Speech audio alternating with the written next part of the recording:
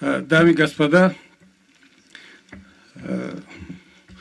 мы вынуждены признаваться в том, что сегодня в Таджикистане гражданское общество, как мы того понимаем, не существует, поскольку после того, как президент Таджикистана в 2015 году разгромил крупную оппозиционную партию ПИФТ, закрыл средства массовой информации и многие независимые организации.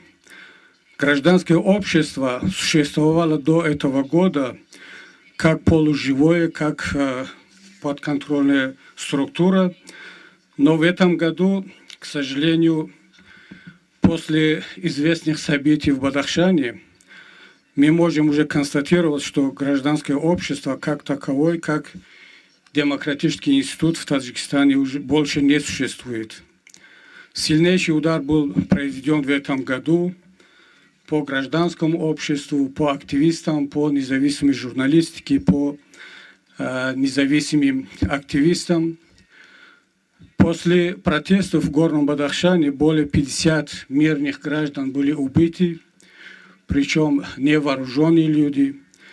Десятки журналистов и блогеров в этом году были арестованы и по сфабрикованным делам.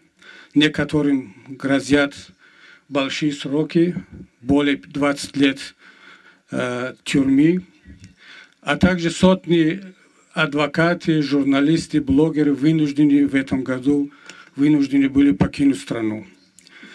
Дамы и господа, у нас возникает вопрос, то, что сегодня случилось в Таджикистане, в Беларуси, в России с гражданским обществом, это результат краткосрочной политики этих властей или долгосрочной? На наш взгляд, это результат долгосрочной политики.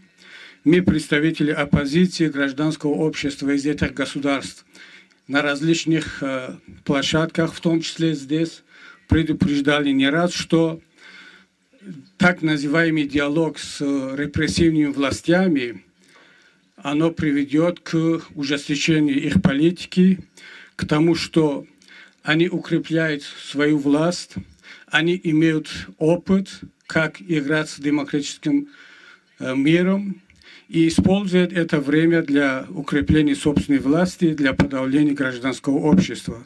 То, что мы имеем сегодня в России, в Беларуси, в Таджикистане, на мой взгляд, это результат так называемый долгосрочный диалог с репрессивными диктаторскими режимами. Спасибо большое.